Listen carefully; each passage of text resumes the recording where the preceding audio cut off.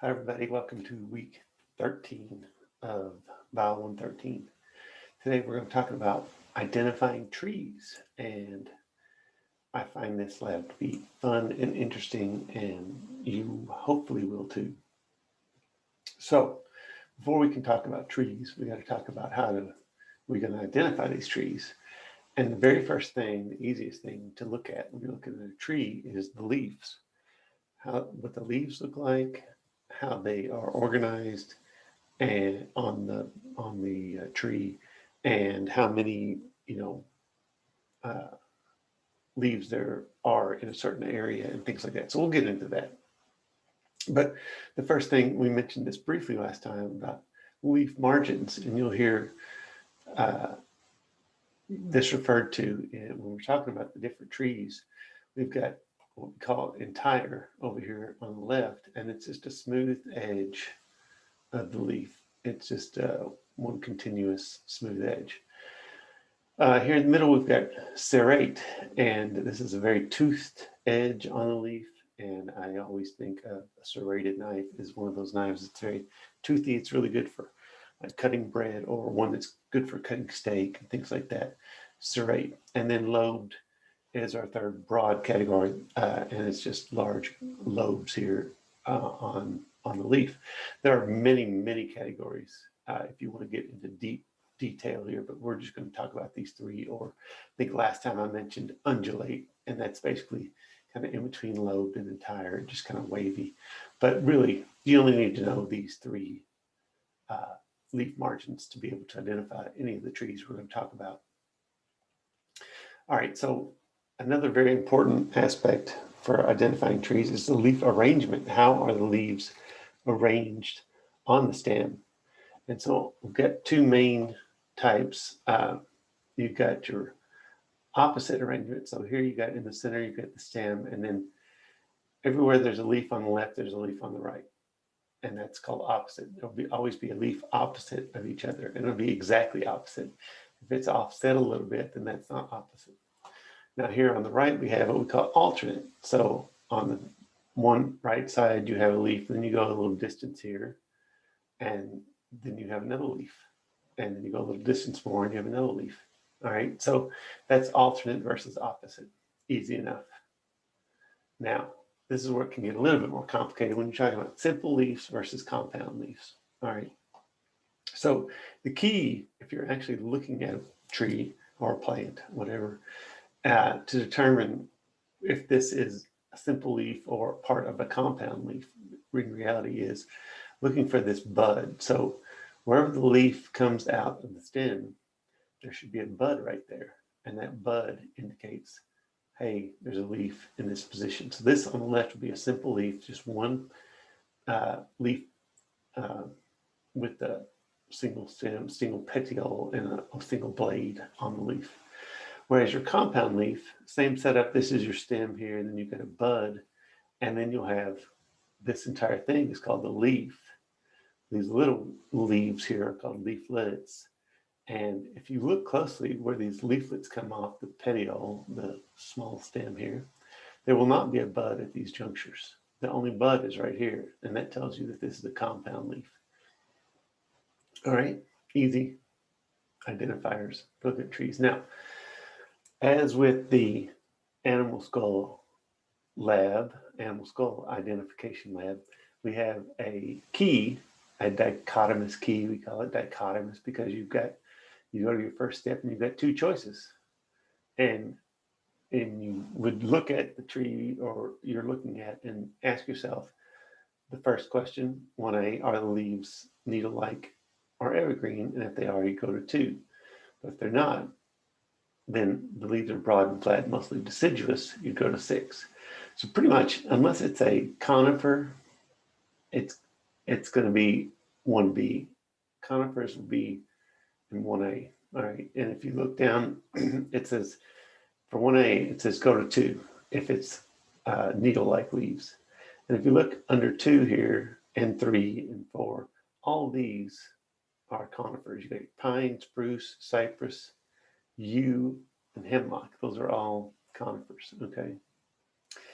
And then, of course, if it's not one of those, it goes on to the next step question would be, so if 1B fits your tree, then you go to step 6. And down here at 6, it's got leaves are compound and leaves are simple. So right off the bat, you need to know the difference in compound and simple, okay? And as we go through these, you will refer to this dichotomous key to help you determine which tree you're looking at. There's only 25 steps in this dichotomous key, so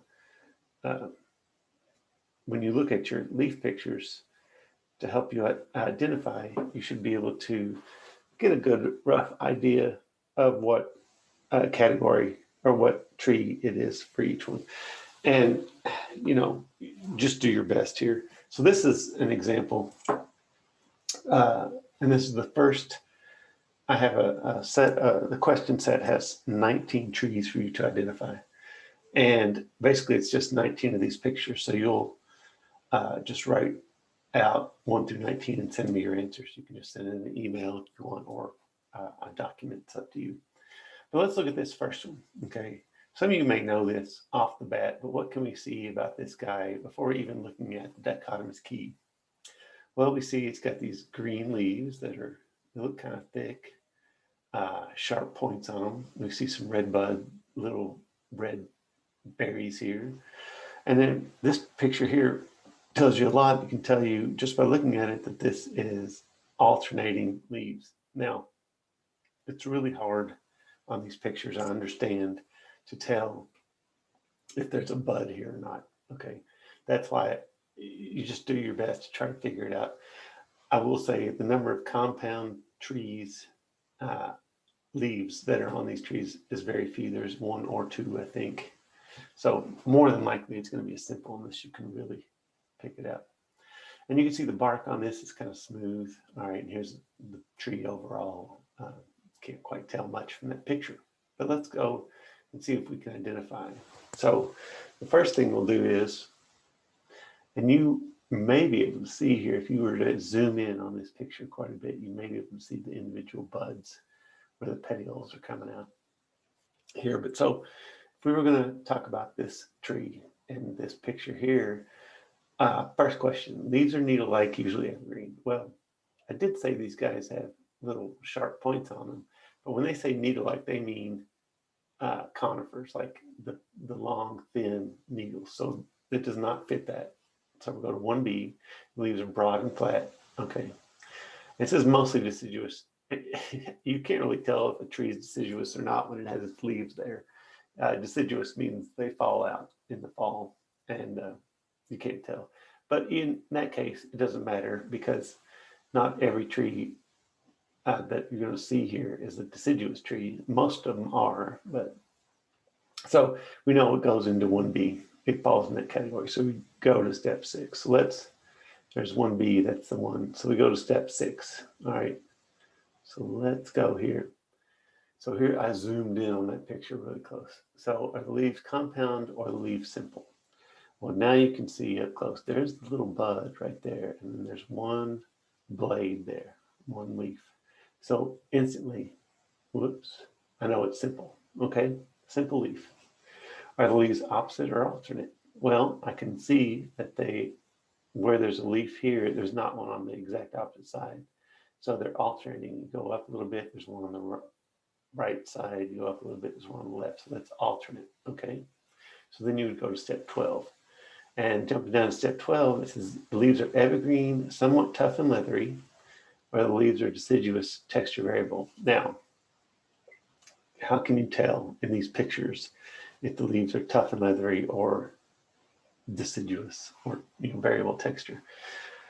You can't. I mean, you just have to use your best judgment. There's only 2 trees that have these tough and leathery leaves, and this is one of them. Okay, it's got these very tough, thick leaves. So I will tell you 12A is the correct one here. So you go to 13. So 13, and these are your 2 tough and leathery trees. You got your magnolia or your holly. So are the leaves with sharp points along the edges? And yes, these points are basically like needles. If you were to put your finger on there, it would pierce your skin pretty easily. So this is a holly. And we had those berries in that one first image, and that was holly berries. So if you knew this tree just by looking at that, that's fine too, but it's helpful to go through and try to see if you can identify this way. All right, so holly is the answer. Now, the difference in this and magnolia is the magnolia has much bigger, broader, flatter leaves. Okay, but you'll see that in here as well.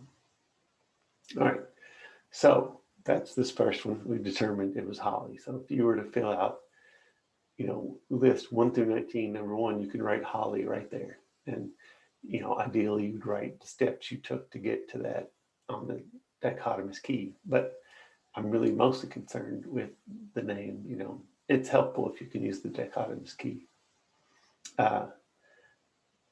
Let's do one more just to show you how we can use this key. So this tree, you can see here, it's got some funny looking bark. It looks like it's mottled. It's got different colors, 3 or 4 different colors on it. And it looks like it breaks off in pieces. Here's the leaf, and you can just see by this image that it's alternating. And then this is the fruiting body that this tree produces. This doesn't come into play usually when you're identifying the tree on the dichotomous key, but this can be, if you know the fruits that different trees put out, it can help you identify the tree as well. This one in particular, when it has these fruiting bodies with the seeds in the center here, these little are almost like hairs coming off here, and you can pull them off like little bits of fur almost. It's kind of interesting. All right, so let's identify this guy. So here's our picture of our leaves. Are the leaves needle-like, usually evergreen? No. The leaves are broad and flat, mostly deciduous. Easy. Okay, so we go to step 6. So let's jump over here. So step 6. Are the leaves compound or are they simple? Well, again, it's a little hard to tell, but most of these trees are going to be simple. And if you could look closely here, these are simple leaves. This is one leaf, and then this is a leaf here. So they're simple. All right, so we go to step 9.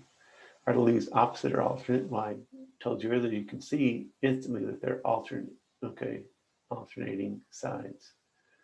So you go to 12. Are the tree leaves evergreen, tough and leathery? These do not look tough and leathery. These look like just regular leaves.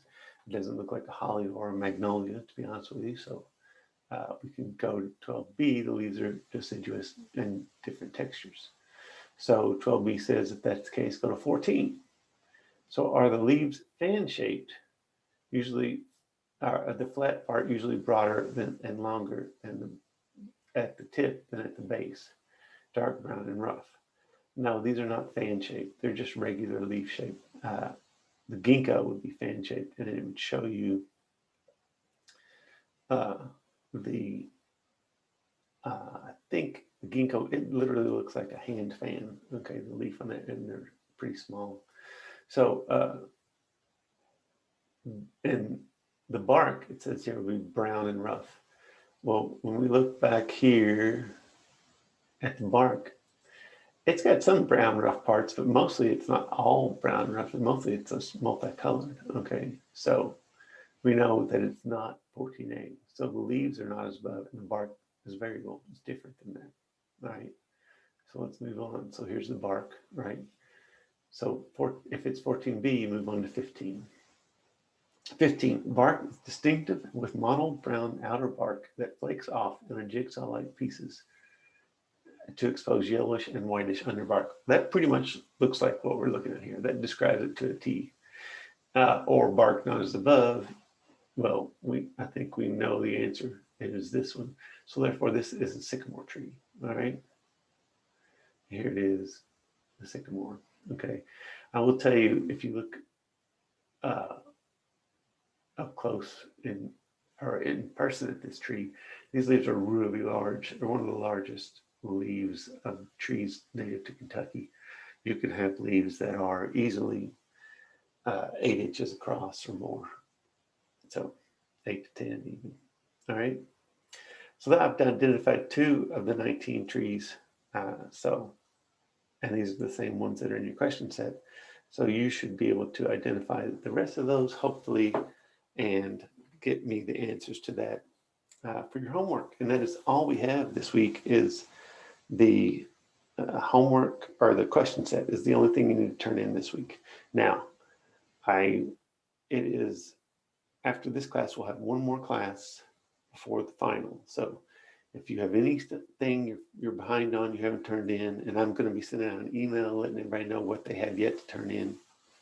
If you haven't, you need to get that stuff in because the semester's ending, and there's, you don't want to be missing anything. I think we only have, out of all the things we have, we have 10 labsters, which are going to be 10 points apiece. We've got, I believe we have 11 or 12 question sets, and I'll only count 10 of those. I think it might just be 11. And then I think we are only going to have, when it's all said and done, 10 quizzes. So that'll be 100 points as well. So there's 300 points there in stuff that, you're in control of turning in. The other 200 points come from exams. So just be sure, check over and see. And like I said, I'm going to try to do the starfish thing to tell you exactly what you're missing. And if you have any questions about anything, if it's unclear, just send me an email. I want everybody to get everything ready for the end of the semester so that we can all have great grades and have a great semester. All right. And that's all I have. I hope you guys have a great week.